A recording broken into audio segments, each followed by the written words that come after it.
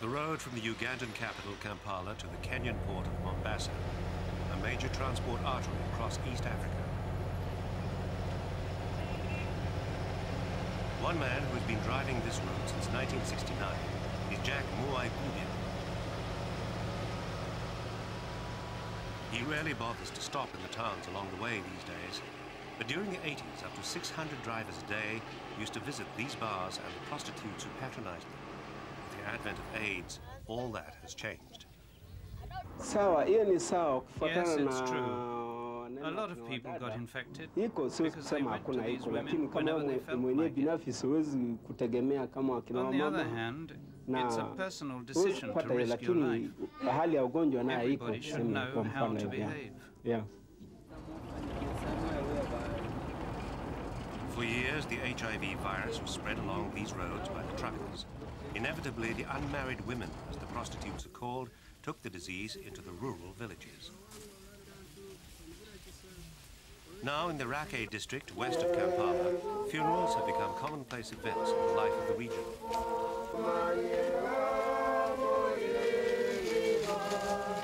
This funeral is for a 27-year-old man whose brother had also died of AIDS. Following tradition, he had married his brother's widow, a custom with potentially deadly consequences in the transmission of the virus.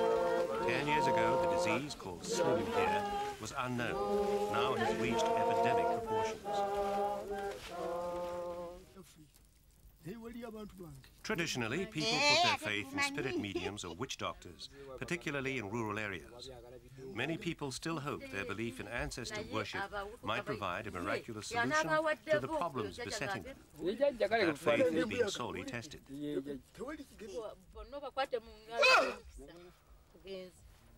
It's become obvious that the witch doctors have no remedy.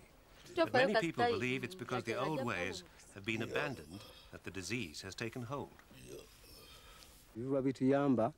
We have now a lot of problems because people don't stick to tradition. Problems like AIDS, where many people die away. But if we start again to live with the old rules, then we might have a chance. Increasingly, households in the Rake district are being left with only the children and the older people still living. The highest death rate is amongst the 20 to 40-year-olds.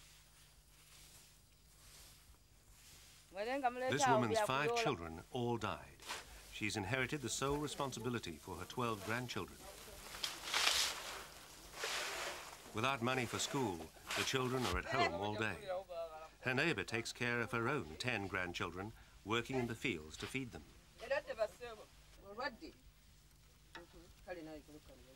Although these older women cope bravely with their added workload, grandmother Hatala is worried that the situation shows no sign of improvement.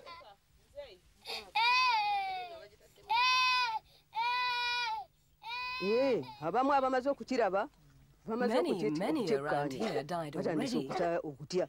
But particularly the young people haven't changed their behaviour. So we're really not being cautious enough. In the past 3 years, the Ugandan government has at last been more aggressive in its AIDS education policies.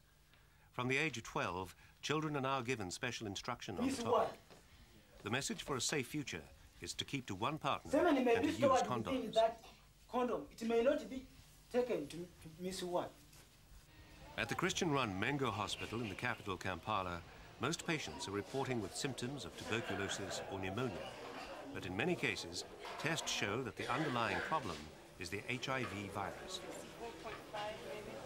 This patient had lost 7 kilograms in just 7 days. Doctors at this, the smallest of Kampala's hospitals, see 80 new HIV-infected patients every week. While treatment was initially provided free, it's now become necessary to charge for it.